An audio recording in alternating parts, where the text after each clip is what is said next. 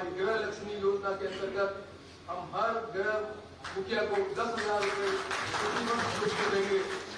ये एक ऐसा अद्भुत निर्णय है जिसकी कल्पना वो लोग कर सकते हैं जिनके गरीब परिवार के चलाने का काम जो घर की मुखिया करती है, किस तरह से वित्तीय संसाधनों की व्यवस्था करती है।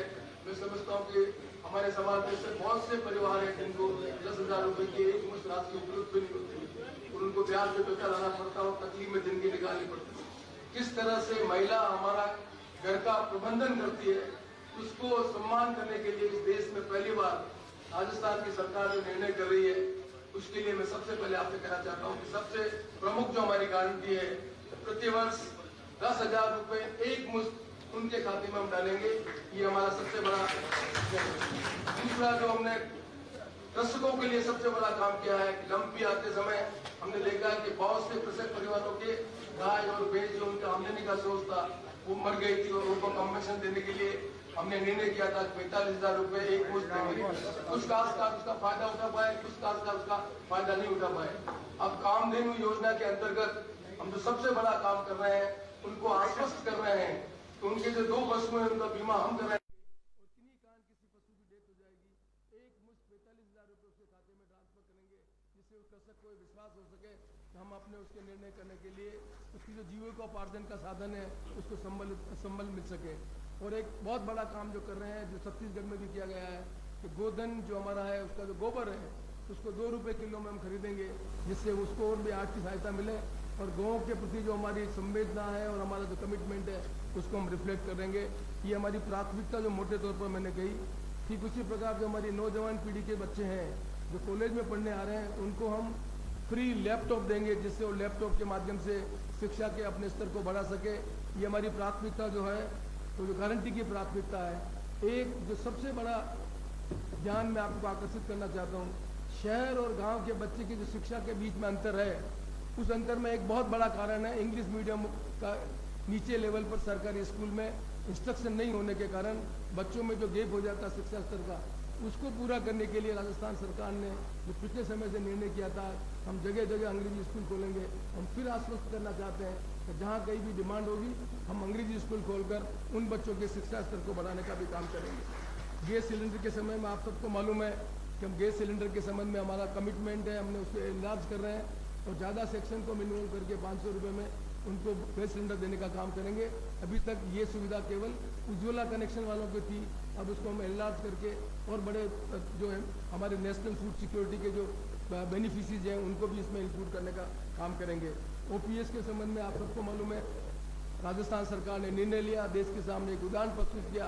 अब हम कानून बनाकर आश्वस्त करना चाहते हैं कि ये कानून बनेगा जिसके कारण कोई भी सरकार आए उनको मैंडेटरी होगा इसको कानून का पालन करके उनकी ओपीएस की गारंटी दे सकें। ये बात मैं इसलिए कहना चाहता हूँ कि ये 7 गारंटी मुख्यतः हमारे इलेक्शन में लोगों को आश्वस्त करने का है, तो जो हम कहते हैं वो करते हैं।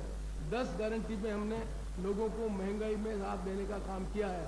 ये जो हमारी क्रेडिबिलिटी है, इस राजस्थान में कांग्रेस की जो साख है, उस साख के आधार पर 7 गारंटी का काम लेकर हम अपना नया 2030 का विजन लेकर आगे बढ़ रहे हैं। और जो 2030 के विजन में जो साइलेंट फीचर हैं, उसमें 2-3 चीज़ों को मैं आपके सामने हाईलाइट करना चाहूँगा।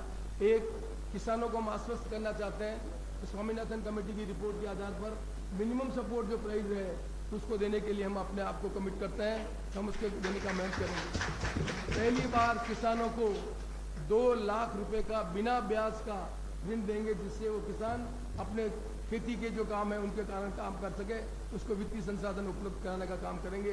उसमें 2 लाख रुपए की ब्याज की राशि उनको मुक्त करेंगे। नौजवानों के लिए हम एक नया काम करना चाहते हैं।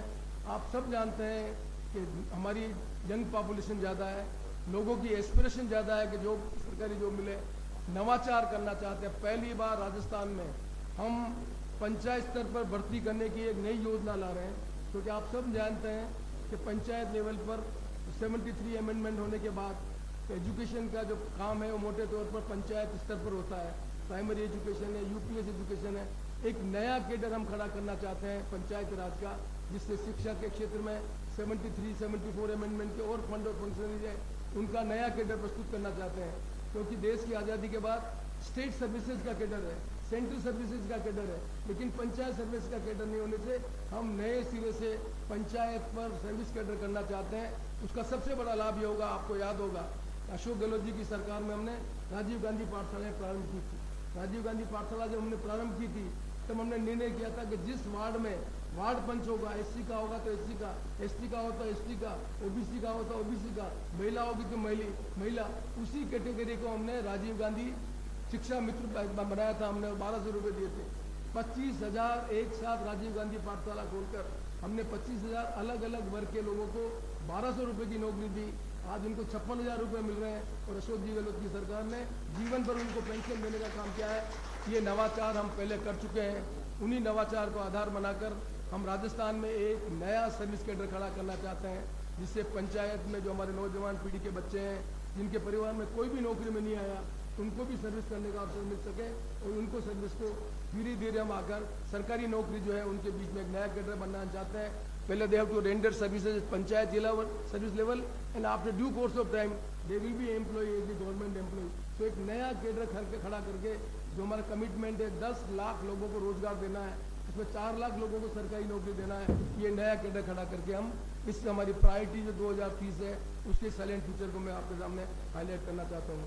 मैं ये भी कहना चाहता हूँ आपको, महिला सशक्तिकरण के बारे में लंबे समय से काम कर रहे हैं। कन्विक्शन करने के लिए कानून बनाए, उनको और सशक्त करने का काम करेंगे। एक काम जिस पर हमारी पार्टी का नेतृत्व खड़गे जी, राहुल गांधी जी बार बार कह रहे हैं, हम जाति जनगणना कराएंगे। ये हमारा कमिटमेंट है। सरकार आने के बाद हम जाति जनगणना कराएंगे, जिससे उन जाति के लोगों को जिनको मूलभूत सुविधा उपलब्ध नहीं है, आप गांव में जाएंगे, समाज का ऐसा बहुत वनरेबल सेक्शन है जो शिक्षा से वंचित है, सड़क से वंचित है, पीने के पानी से वंचित है। उन लोगों को सरकारी सुविधा मिल सके, गवर्नमेंट का जो फंड है उनका डिवोल्यूशन इस आधार पर हो सके, इस पर्पज के लिए हम जाति जनगणना अपनाकर समाज के सभी वर्गों को एक ही स्तर पर लाने का काम करेंगे। ये हमारा कमिटमेंट है, जिसको हम प्राथमिकता के आधार पर करेंगे। चिकित्सा स्वास्थ्य के संबंध में राजस्थान सरकार ने खुद ही निर्णय लिया है 25 लाख का कराने की फ्री का। अब उसको इनलार्ज करके 50 लाख तक का जो है कवर करने का हम काम करेंगे। मैं समझता हूँ कि बहुत सी चीज़ें माननीय मुख्यमंत्री जी हाईलाइट करेंगे। एक चीज़ और मैं हाईलाइट करना चाहता हूँ, पहली बार गाँव में ट्रेडर जो बिजनेस करता है, उस बिजनेस करने वाले ट्रेडर को 5 लाख रुपए की बिना गारंटी के उनको हम पैसा देंगे, जिससे वो ट्रेडर अपने समाज को सर्विस रेंडर करता है। ये एक नया काम हम करना चाहते हैं, जिससे समाज के लोगों को लग सके कि जो नीचे लेवल पर लोगों की नीड्स को पूरा कर रहा है, उसकी वित्तीय संसाधन उपलब्ध कराने के लिए ट्रेडर की जो नीचे लेवल की कम्युनिटी है उसको 5 लाख रुपए तक बिना ब्याज का, जो क्रेडिट कार्ड जैसा किसान का है वैसा किसान क्रेडिट कार्ड हम देने का काम करेंगे। एक नया काम जो राजस्थान की सरकार ने किया, गिग वर्कर्स का, राजस्थान ने गिग वर्कर्स का कानून बनाया। हम उसको आगे बढ़कर एक नया काम करना चाहते हैं। राजस्थान में हमारे बहुत से नौजवान टैक्सी ड्राइवर के रूप में काम करते हैं, टेम्पो के रूप में काम करते हैं। कि गिग वर्क जो एक्ट बना है उसमें एनलार्ज करके उनको भी ये सुविधा उपलब्ध कराएंगे, जिनसे उनको सामाजिक सुविधा मिल सके। ये हमारे कुछ नए प्राथमिकता के आधार पर जो 2030 का हमारा विजन है, उसमें जो साइलेंट फीचर है उसको मैंने हाईलाइट किया। माननीय मुख्यमंत्री जी डिटेल में आपको 2030 के विजन के बारे में 5 साल तक उन्होंने काम किया, और राजस्थान सरकार ने जिस तरह की हमारी इकोनॉमी ग्रोथ हुई है वो इस बात का इंडिकेट करती है। हम राजस्थान की जनता को आश्वस्त करना चाहते हैं कि गवर्नेंस का जो नया मॉडल हम ला रहे हैं, समाज को आगे बढ़ाने का जो काम कर रहे हैं, उस उद्देश्य से हमने ये जो हमने घोषणा पत्र रखा है उसमें प्राथमिकता रखी है, गारंटी रखी है, 7 गारंटी रखी है, साइलेंट फीचर रखा है, और 2030 एक नए राजस्थान को बनाने का हमारा संकल्प है। हम आशा करते हैं इस घोषणा पत्र के माध्यम से राजस्थान की जनता हमें मैंडेट देगी और हम अपने जो हमारा मैंडेट है उसके आधार पर राजस्थान के निर्माण का काम कर सकेंगे। मैं एक बार पुनः उन सब साथियों को बहुत बहुत धन्यवाद देता हूं जो मेरे साथ मैनिफेस्टो कमेटी में बैठकर उन्होंने काम दिया, उन्हें सजेशन दिया, उनका आभार व्यक्त करता हूँ। और 3.5 करोड़ लोगों ने राजस्थान के अलग अलग समाज के लोगों ने जो सजेशन देकर विजन का जो डॉक्यूमेंट बनाने में मदद की, मैं एक बार पुनः घोषणा पत्र का अध्यक्ष होने के नाते उनके प्रति भी आभार करता हूँ। प्रदेश कांग्रेस कमेटी के अध्यक्ष, मुख्यमंत्री जी और कांग्रेस कमेटी के सभी कार्यकर्ताओं के प्रति बहुत बहुत आभार व्यक्त करता हूँ। आशा करता हूँ हम सब मिलजुल कर इस घोषणा पत्र के माध्यम से राजस्थान की जनता को आश्वस्त कर पुनः सत्ता में आकर जनता की सेवा करेंगे। धन्यवाद, नमस्कार। धन्यवाद सीपी जोशी साहब, आपने घोषणा पत्र के मुख्य अंशों पर प्रकाश डाला, आपका बहुत बहुत आभार। मैं अब आमंत्रित करता हूं आदरणीय मुख्यमंत्री जी अपने विचार प्रस्तुत करें। परम आदरणीय खड़गे साहब, गोविंद डोटासरा जी, डॉक्टर सीपी जोशी जी, अध्यक्ष मैनिफेस्टो कमेटी, सचिन पायलट जी, जयराम रमेश जी, मुकुल वासनी जी, बाबा जितेंद्र सिंह जी, मोहन प्रकाश जी, नासिर हुसैन साहब, प्रमोद तिवारी जी, पवन खेड़ा जी, सुप्रिया सिंह नित्य, जीतू पटवारी जी, कर्नल रोहित सिंह जी और तमाम मेरे प्यार के साथी और भाई और बहनों, सबसे पहले मैं डॉक्टर सीपी जोशी को, इनकी पूरी टीम को बधाई देना चाहूँगा कि बहुत अच्छी मेहनत करी है। समग्र रूप में इसको पेश किया जा रहा है मैनिफेस्टो को। ये तो जब आपके हाथ में कॉपी आएगी, आप पढ़ेंगे तब उसका फैसला बनने का वक्त मिलेगा। अभी तो मैनिफेस्टो लॉन्च हो रहा है। सैलिएंट फीचर आपको कुछ बताए हैं अध्यक्ष।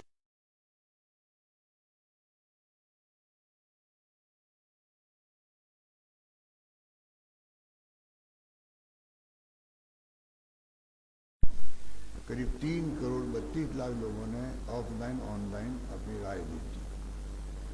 उसका डॉक्यूमेंट तैयार करके हम लोगों ने उसको भी लॉन्च कर दिया। वो भी आधार है इस मैनिफेस्टो का, सारे पार्ट उसके अंदर आए भी हैं।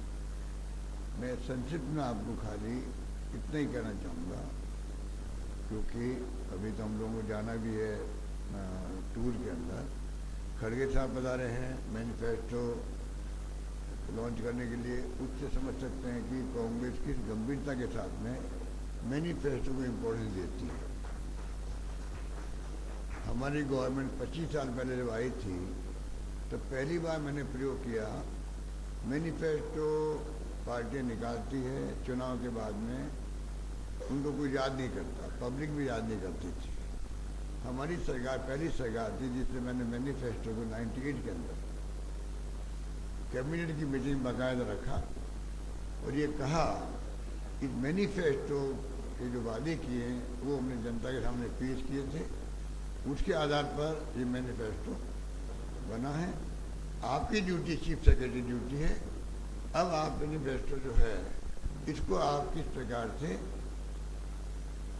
अपने पास रखें, आधार पर फैसले हो सेक्रेटरीज के भी, कलेक्ट्रेट के भी और तमाम अधिकारियों। मुझे याद है उस वक्त में एक्स्ट्रा कॉपी छपानी पड़ी थी, मुझे मना था। तो आप समझ सकते हैं कि मैनिफेस्टो को महत्व देने का काम देश के अंदर किसी ने किया पहली बार, तो राजस्थान सरकार ने किया था, कांग्रेस सरकार ने किया। और इसीलिए आज 96% तक हम मैनिफेस्टो पूरा कर पाए हैं, क्योंकि हमारी सोच जो है वो है वादा करो मत। ये खड़गे साहब भी कहते हैं, राहुल गांधी भी कहते हैं, करो मत, करो तो निभाओ। पूरी झलक है कि हम 96 तक दे गए इसको। अब मैं आपको, वैसे तो मैंने कानून के अच्छे बनाए हैं, आज राजस्थान की चर्चा पूरे देश में हो रही है हमारे कानूनों की, हमारी स्कीमों की, हमारे गारंटीज की। पर कानून जो राइट टू हेल्थ का कानून देश में कहीं नहीं बना, मिनिमम इनकम गारंटी एक्ट कहीं नहीं बना, गिग वर्कर्स एक्ट का तो मिस्टर मैथ्यू का आर्टिकल पढ़ा मैंने एक्सप्रेस के अंदर, उसने कहा कि ऐसा कानून हिंदुस्तान में हर राज्य में बनना चाहिए और दुनिया के मुल्कों में बनना चाहिए। राजस्थान जैसा कानून आप सोच सकते हैं, तो इस कानून कहते इम्पोर्टेंट है। पेपर लीक के जो इश्यू बना रहे हैं, पूछो हिंदुस्तान में किस राज्य ने लोगों को अरेस्ट किया, कार्रवाई करी और कानून पास कर दिया आजीवन कारावास। आजीवन कारावास हिंदुस्तान में कहीं नहीं पास हुआ जो हमने कानून बनाया पेपर लीक वाला। एडवोकेट प्रोटेक्शन एक्ट, एडवोकेट्स का राइट थी कि प्रोटेक्शन एक्ट लागू होना चाहिए, वो भी हमने पास कर दिया। अब रुक गया है राज्यपाल के बाद में, केंद्र के बाद में, अलग बात है। किसानों की जमीनें कुर्क नहीं हो सके, अब आयोग बनेगा हाईकोर्ट जज की अध्यक्षता के अंदर, सुनवाई होगी, उसके बाद फैसला होगा। इस प्रकार का ये भी क्रांतिकारी कानून बनाएगा। अब मैं आपको संक्षिप्त में कहना चाहूँगा कि ये हमारी स्कीम आ रही है एक के बाद एक, इसका आधार क्या है, क्योंकि ये स्वाभाविक क्वेश्चन होता है कि एक के बाद एक, एक के बाद एक, एक के बाद एक। शानदार तो स्कीम आई है, शानदार गारंटी दी जा रही है। तो मैं कहना चाहूँगा आपको कि जो सामाजिक सुरक्षा हमारा मोटो भी है, सोशल सिक्योरिटी, हम तो मांग करते हैं केंद्र सरकार से, पूरे देश में राहुल गांधी जो लेके आए थे न्याय योजना 6000 वाली, उसका विस्तार करते हुए राइट टू सोशल सिक्योरिटी मिले देशवासियों, हर परिवार को दुनिया के मुल्कों की तरह मंथली पैसा मिले। हमने यहाँ 1 करोड़ लोगों को हम लोग पेंशन दे रहे हैं 1000 रुपये। तो मैं कहना चाहूँगा कि इस प्रकार से जो हमारी सोच है वो देश के लिए आवश्यक है। हम विश्व गुरु बनने की बात करते हैं, कुपोषण यहाँ पर है, भूखमरी यहाँ पर है, कैसे बात बनोगे विश्व गुरु? इसको संभालो। पहले 4 कानून पास किए सोनिया गांधी जी ने और मनमोहन सिंह जी ने, right to education, food security act, information और नरेगा का 5वां कानून पास हो, right to social security. Rajasthan की स्थिति हमने जो जिस रूप में मैनेज की है आर्थिक रूप से, उस पर आप सबको गर्व होगा प्रदेशवासियों। 5 साल के आर्थिक हालातों की बात करें तो राजस्थान प्रति व्यक्ति आय जो है 46.48% की बढ़ोतरी हुई है राजस्थान के अंदर।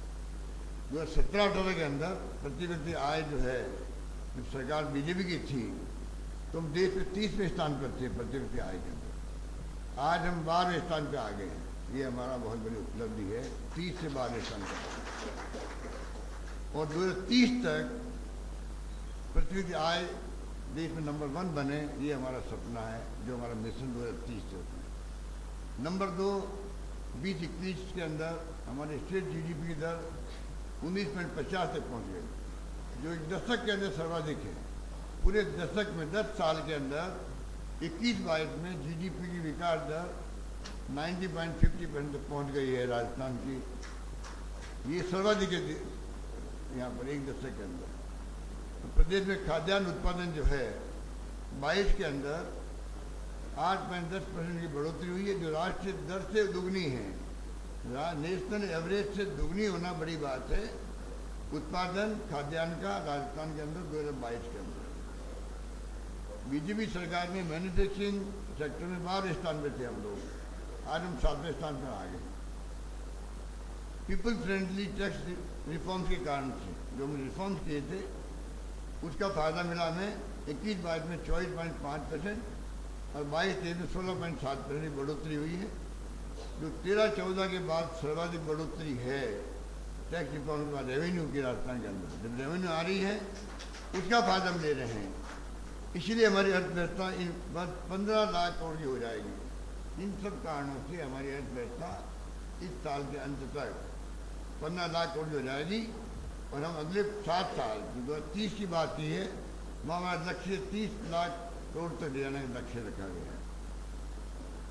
इस प्रकार हमने बेहतर होती आर्थिक स्थिति का लाभ जो है अलग अलग योजनाओं के माध्यम से जनता को दिया। ये मैं कहना चाहता हूँ कि जितना भी हमारा परफॉर्मेंस है और लास्ट में आर्थिक विकास दर उत्तर भारत में राजस्थान नंबर 1 है। पूरे देश के अंदर बड़े राज्यों में नंबर 2 है। नंबर 1 आंध्र प्रदेश 11.4% और 11.04% राजस्थान है। नंबर 2 है देश के अंदर और उत्तर भारत में नंबर 1 हम लोग हैं आर्थिक विकास दर में। इसलिए हमने जो लाभ मिल रहा है आर्थिक विकास बढ़ी हमारी, उसका लाभ हम जनता में शेयर करना चाहते हैं और कर रहे हैं। बस ये मैं कहना चाहता हूँ। मैं खड़गे साहब से निवेदन करूँगा कि हमारे मैनिफेस्टो को लॉन्च करने की काम करें।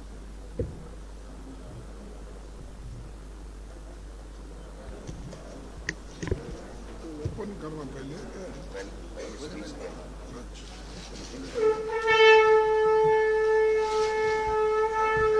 स्पीच देख के करना ना। पहले स्पीच नहीं देंगे क्या?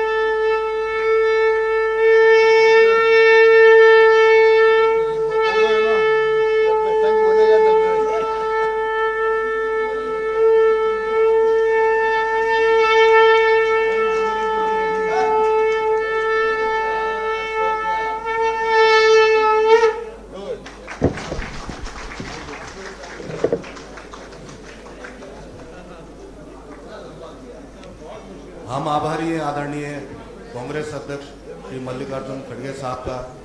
मैं आमंत्रित करता हूं आप आशीर्वचन प्रस्तुत करें। आदरणीय खड़गे साहब।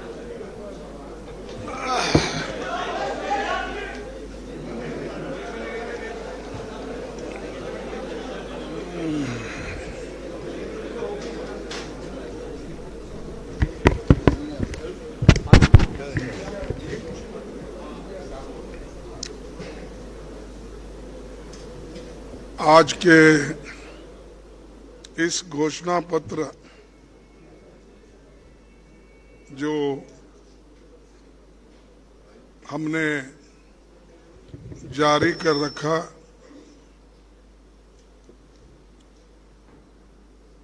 यहाँ के उपस्थित इस मंच पे बैठे हुए राजस्थान के मुख्यमंत्री श्री अशोक गहलोत जी, गोविंद सिंह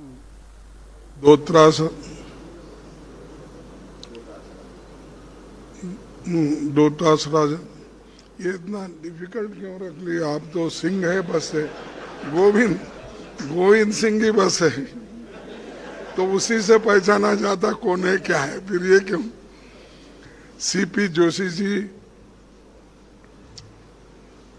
जयराम रमेश जी, मुकुल वासनिक जी, सचिन पायलट जी, प्रमोद तिवारी जी, जितेंद्र सिंह जी, मोहन प्रकाश जी, नासिर हुसैन जी और इस मंच पे बैठे हुए साथियों, और यहाँ पर जो हमारे पार्टी के अन्य नेता हैं, और खासकर इस समारोह में घोषणा पत्र डिक्लेरेशन में उपस्थित मेरे मीडिया के भाइयों, अभी इस घोषणा पत्र में क्या है इसका हमारे पीसी जोशी साहब ने पूरा आपको बताया। सीपी जोशी साहब जितने मेन पॉइंट्स थे वो सभी उन्होंने माध्यम के साथ सामने भी रखा और यहाँ उपस्थित सज्जनों के सामने भी रखा। जो काम हमने पहले किया वो भी उन्होंने बताया और जो करने जा रहे हैं वो भी उन्होंने बताया। तो मेरा काम बड़ा आसान हो गया, क्योंकि जो कुछ बोलना था उन्होंने बोला, जो कुछ बचा कुचा था तो चीफ मिनिस्टर बोल दिए। तो इसीलिए ऐसे ज़्यादा वक्त मैं आपका लेना नहीं चाहता, क्योंकि मेरे को फिर उदयपुर यहाँ से निकलना है। मैं एक ही बात कहूँगा कि ये राजस्थान कांग्रेस का मजबूत गढ़ है। आज से नहीं, 1926 में कांग्रेस पार्टी ने पहली बार सेंट्रल लेजिस्लेटिव असेंबली के घोषणा पत्र जारी की थी। तब से ही हम वही वायदे करते हैं जो पूरा कर सके, जिसे अमली जामा पहना जा सके। तो हमारे जो वायदे हैं वो बिल्कुल अनुष्ठान लाने के लायक भी है और अनुष्ठान में हम लाए हैं। चाहे वो हमारे राज्य के हो, सेंट्रल गवर्नमेंट के हो, या कोई भी कार्यक्रम हमारा हो, उसमें हम जो वायदे करते हैं उसको निभाते हैं। अभी यहाँ जो पिछले का घोषणा पत्र था, अशोक गहलोत जी ने और पूरे कांग्रेस के नेताओं ने मिलके उसको जारी किया। 95% प्रॉमिसेस उन्होंने फुलफिल किया। अगर एक मैनिफेस्टो में कही हुई बातें अगर 90% कोई पार्टी करती है तो ये बहुत बड़ा अचीवमेंट राजस्थान के लिए भी है और बहुत बड़ा अचीवमेंट कांग्रेस पार्टी के लिए भी है। तो ये एक तरफ हमारा है। दूसरी तरफ हम जो सेंट्रल में भी हमारी गवर्नमेंट जब थी 10 साल हमने जो गवर्नमेंट चलाई उसमें महत्वपूर्ण मुद्दे हमने जनता को सुलझा के दिया। जो लोग जिनके पास गरीबी और जिनको खाना नहीं मिलता था, बच्चों को कोई प्रोटीन की व्यवस्था नहीं थी और सबसे ज़्यादा बच्चे ये प्रोटीन के कमी की शिकार कहाँ है बोले तो गुजरात में है। आप देखिए, आपको वो बाकी का नहीं पड़े, अपना जो ठीक था उतना पड़े, लेकिन दूसरे की कमी क्या है वो नहीं पड़े। गुजरात में बहुत से कमियां हैं। जिस जगह से कम 13 साल 13.5 साल एक व्यक्ति चीफ मिनिस्टर रहा, वही व्यक्ति इस देश का प्रधानमंत्री 10 साल रहा, वो अपने ही स्टेट में नहीं कर सका। वजह क्या है कि कमिटमेंट नहीं है। जिसके पास कमिटमेंट है, गरीबों के लिए दर्द है, वो लोग किसी न किसी हालत में करते हैं। जब हम मनरेगा स्कीम लाए थे तब बहुत से लोगों ने टीका की, बीजेपी के लोग भी टीका किए, आर्थिक दृष्टि से जो एक्सपर्ट थे वो भी टीका किए। ये कहाँ से लाएंगे, कहाँ देंगे, ये नहीं होने वाली बात है। ये सब आप सुने होंगे, देखे होंगे। लेकिन श्रीमती सोनिया गांधी जी ने करके दिखाया, मनमोहन सिंह जी ने करके दिखाया, यहाँ तक कि नई स्टेट में इसका पालन करके फ्री में राशन देने का काम शुरू किया और उससे जनता को एक बल मिला, शक्ति मिला। यानी जब आपके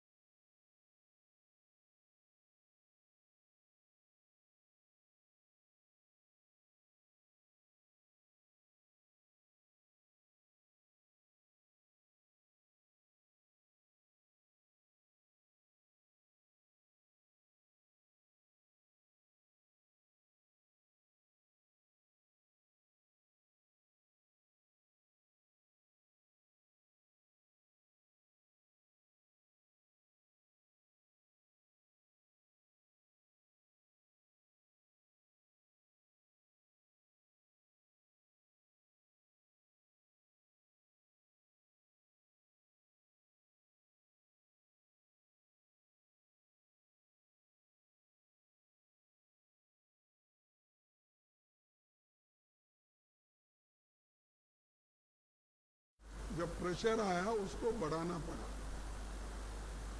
यानी मालूम नहीं इससे कितने लोगों को फायदा होता है, कितने लोगों का पेट भरता है, कितने लोग जो पहले भूखे पेट सोते थे वो खाना खा के सोने लगे, जिनको काम नहीं मिलता था वो काम सरकार ने देने शुरू कर दिए।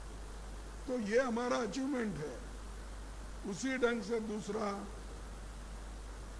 कि फूड सिक्योरिटी एक्ट, जिसको भी जब हमने लागू करने की कोशिश की तो बहुत से लोग टीका करें, इतना पैसा कहाँ लाएंगे, एक नरेगा, एक ये अपना सिक्योरिटी, ये सब बहुत न होने वाली चीजें हुई। वो भी हमने करके दिखाया, उसको भी बहुत कुछ उन्होंने कहा।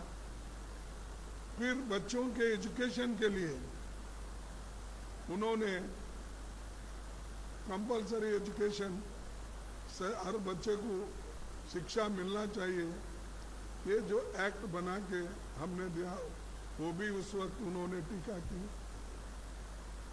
ऐसे बहुत से चीजें हैं जिन पर कांग्रेस के काम पर उन्होंने टीका करते ही रहे और वो खुद कुछ नहीं करे। हमको गालियां देने का छोड़ के दूसरा काम उन्होंने कुछ नहीं किया, लेकिन खुद ही बोलते हैं गालियां तो हमको देते हैं, राहुल गांधी जी को देते हैं, अब इनको भी शुरू करे हैं अशोक को भी देने का, और दूसरे हर स्टेट में जाते हैं तो वहाँ के नेताओं को बोलते हैं। मेरे को तो बहुत बार बोलते हैं कि मेरे बाप को भी गालियाँ दी उन्होंने, मैं क्यों दूँ? आप बेचारे उनके बाप पिताजी कब गुजर गए, क्यों गुजर गए, वो तो पॉलिटिक्स में नहीं थे, उनको बोलने का मेरा तो कोई ये नहीं बनता, अधिकार नहीं बनता। उनके पिता के बोल के मैं कहाँ जाऊँ? मैं तो अपनी माता को 75 इयर्स पहले खो लिया।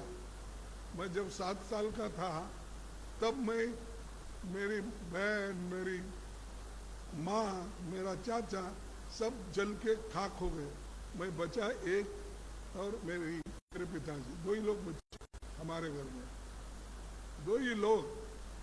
अब तक जिंदा हूँ, 82 हो गए, अब तक जिंदा हूँ। ये किस लिए कह रहा हूँ, हम किसी को ऐसा बोलते नहीं, लेकिन झूठों का सरदार हमेशा हर बात ऐसी बोलते रहते, हर बात ऐसी ही बोलते रहते। ये बड़ा मुश्किल हो गया। जुमलेबाजी वो तो शाह के लिए छोड़ी सी। तो ये ऐसा, यानी जो हमारे मुंह में नहीं रहता वो हमारे मुंह में डाल के लोगों की सिंपैथी वो लेने की कोशिश करते, ये अच्छा नहीं। आप पॉलिटिक्स में हो, आप क्या किए आप बोलिए, आप क्या नहीं किए हम बोलेंगे। अगर लोगों को पसंद आया तो लोग स्वीकार करेंगे, अगर नहीं आया तो छोड़ दो उसको। तो उन्होंने वो भी मुझे बदनाम करने की कोशिश की। आप पढ़े होंगे, करगे जी ने मेरे पिताजी को वे नहीं छोड़े, वो पहले ऐसे नहीं थे, यानी वो भी एक, यानी ऐसे नहीं थे, कोई इनको सिखा रहा है इसलिए बोल रहे। खैर जान दो, लेकिन मैं इसलिए बोलना पड़ा मुझे, हम जो गारंटीज सेंट्रल गवर्नमेंट में भी कहे थे, जैसा कि मनरेगा का, फूड सिक्योरिटी का, आरटीए का, और हमारे एजुकेशन का, हेल्थ मिशन का, ये सब हमने किया। और वही काम गहलोत जी ने अपने सरकार में बहुत से चीज़ें, सेंट्रल गवर्नमेंट को तो उन्होंने अनुष्ठान में लाया, लेकिन बाकी के भी नए नए स्कीम उन्होंने दिया। अब जो पढ़ के उन्होंने बताया, जैसा कि अपने लोगों के लिए जो सेहत के लिए, आरोग्य के लिए 25 लाख का कुछ था, चिरंजीवी योजना में मुफ्त इलाज की राशि पहले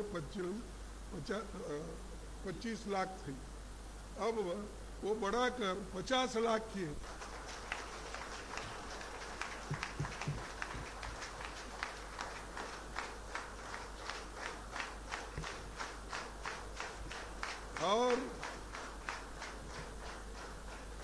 और दूसरी बात, ये तो सेंट्रल का भी होगा, इनके 10 कार्यक्रम पहले के अब के जो है 7 प्रोग्राम हम दे रहे हैं। वो क्या है? गृह लक्ष्मी गारंटी, गोधन 2 रुपए में किलो तो गोबरी खरीदेंगे, फ्री लैपटॉप, आपदा राहत, अंग्रेजी माध्यम से बच्चों को स्कूल पढ़ेंगे, ओपीएस गारंटी जो सरकारी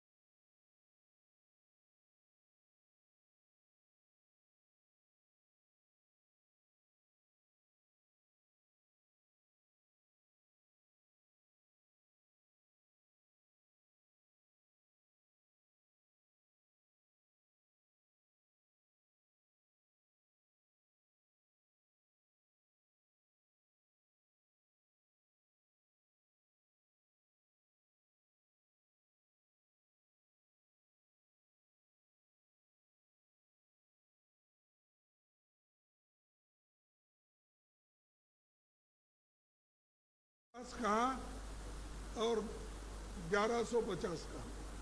हमारे जॉब से इतना पैसा निकालिए आप, कम से कम 900 रुपये निकालिए।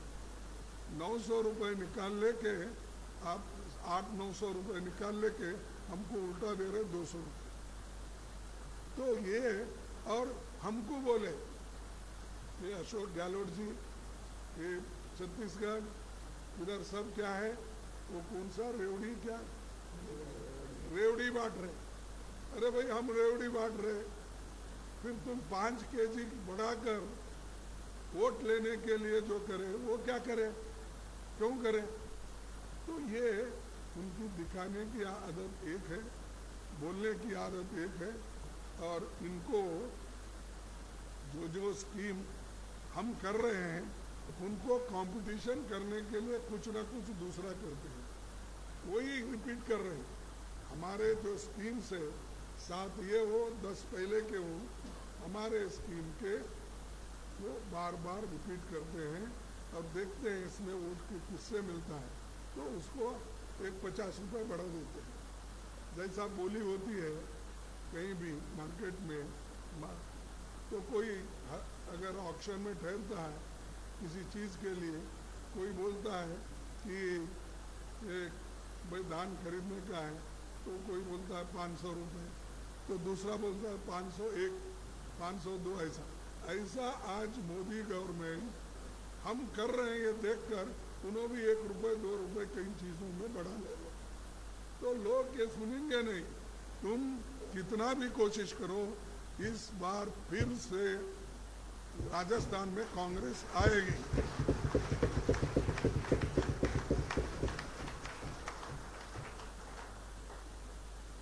अब हम ये भी करेंगे, जैसा कि जोशी साहब ने बोला, देखो भाई सिर्फ राजस्थान के लिए नहीं, सारे हिंदुस्तान में हम जाति जनगणना करके रहेंगे। अगर हम दूसरों को दुख देने का, दूसरों को हरासमेंट करने का हमारा उद्देश्य नहीं है। जो गरीब लोग हैं, गरीब तबके के लोग कहाँ ठहरे हैं, किस जगह पे है, आर्थिक दृष्टि से वो क्या है, और उनको जमीन कितनी है, पढ़े लिखे लोग कितने हैं, और ये सारी चीजें दुनिया को मालूम होना। गरीब इतने हैं, उनके लिए क्या स्कीम, ये लागू करने के लिए हमने जातीय जनगणना शुरू किए, किसी को इससे हक छीनने के लिए नहीं।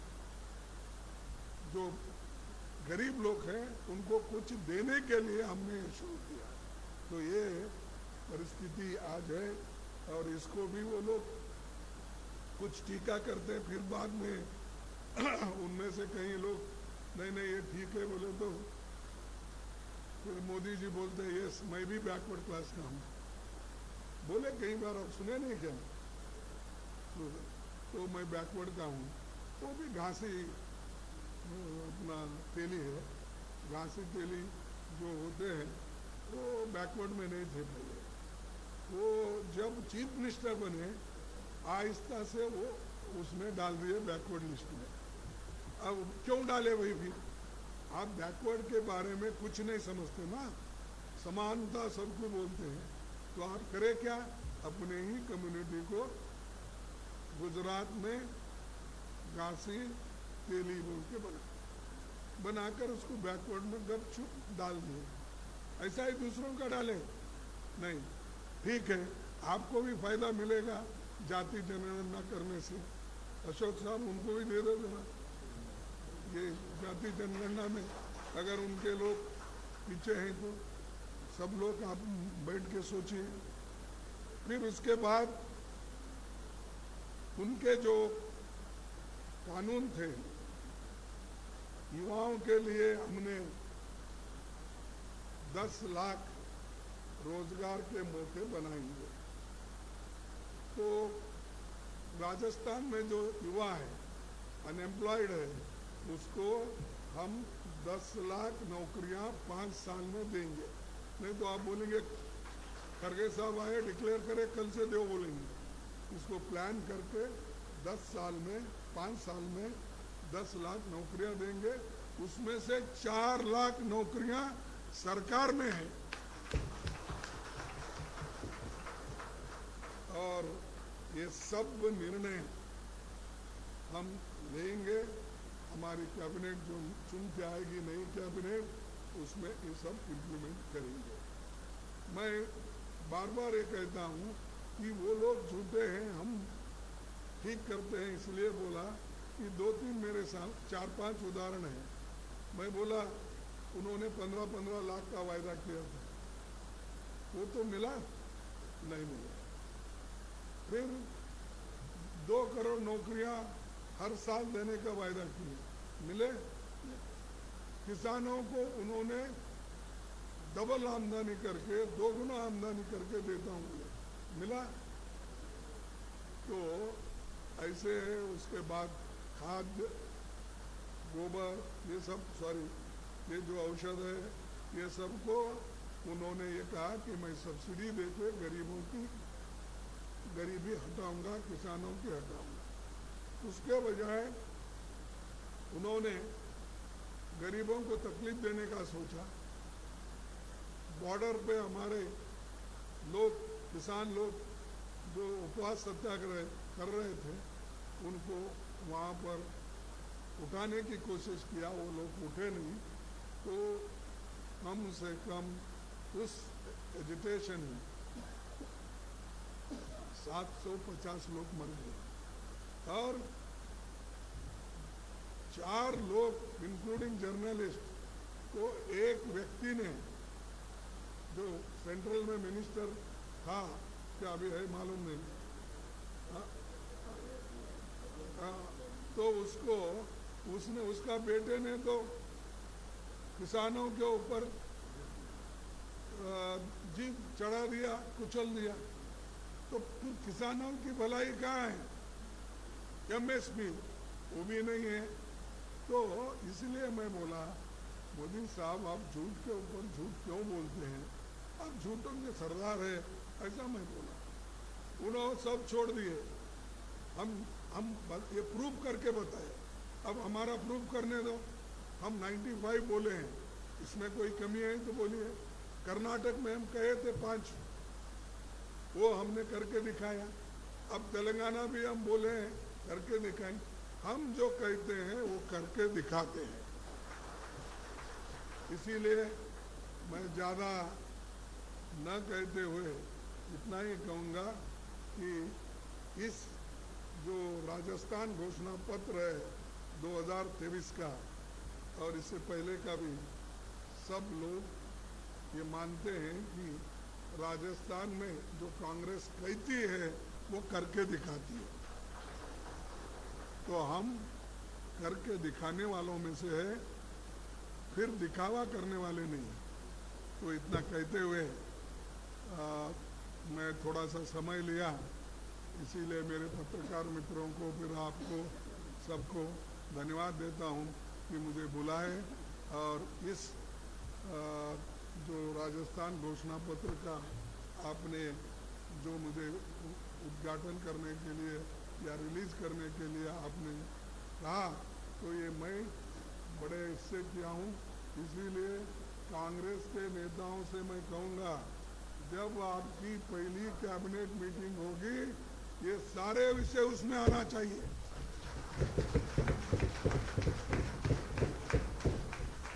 नहीं तो ऐसा नहीं होना, आप कहे आप उधर चले, मैं उद्घाटन करके इधर चला, ऐसा नहीं होना। आप पहले ही कैबिनेट में कर दीजिए। इसीलिए मैं आपको धन्यवाद देता हूं, आपने बुला के मुझे ये घोषणा पत्र रिलीज करने के लिए कहा। इतने कह के मैं मेरी भाषा को समाप्त करता हूँ। बहुत बहुत आभार आदरणीय कांग्रेस अध्यक्ष महोदय, आपके आशीर्वाद वचन से हमें मार्गदर्शन प्राप्त हुआ।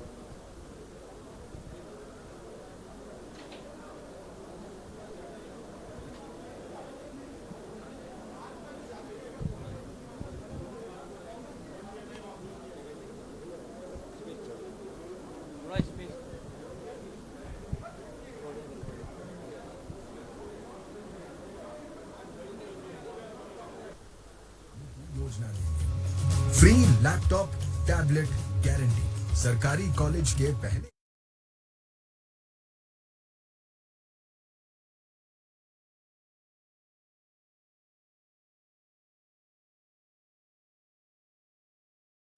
गृह लक्ष्मी गारंटी। परिवार की महिला मुखिया को हर साल 10,000 रुपए। गोधन गारंटी। हम गौवंश पालकों से गाय का गोबर 2 रुपए किलो खरीद कर उससे जैविक खाद बनाने की योजना देंगे। Free laptop tablet guarantee. सरकारी कॉलेज के पहले साल के विद्यार्थियों को फ्री लैपटॉप टैबलेट दिया जाएगा। चिरंजीवी आपदा राहत बीमा गारंटी। जलवायु परिवर्तन की घटनाओं, सूखा, बाढ़, चक्रवात सहित प्राकृतिक आपदाओं से हुए नुकसान से पीड़ित हर परिवार को 15 लाख रुपए तक का फ्री बीमा दिया जाएगा। अंग्रेजी माध्यम शिक्षा की गारंटी। हर विद्यार्थी के लिए अंग्रेजी माध्यम शिक्षा की गारंटी। 500 रुपए में सिलेंडर गारंटी। 500 रुपए में सिलेंडर योजना का विस्तार करते हुए 1 करोड़ 4 लाख परिवारों को ये लाभ दिया जाएगा। OPS guarantee. सरकारी कर्मचारियों के लिए ओपीएस कानून लाया जाएगा। टोल फ्री नंबर 858-707-0707 पर मिस्ड कॉल देकर इन गारंटियों के लिए अवश्य रजिस्टर करें। आपको आपका यूनिक रजिस्ट्रेशन आईडी एसएमएस द्वारा भेजा जाएगा। इस नंबर को संभाल कर रखें।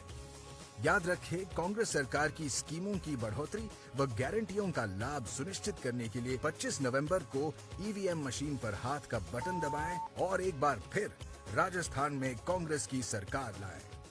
कांग्रेस फिर से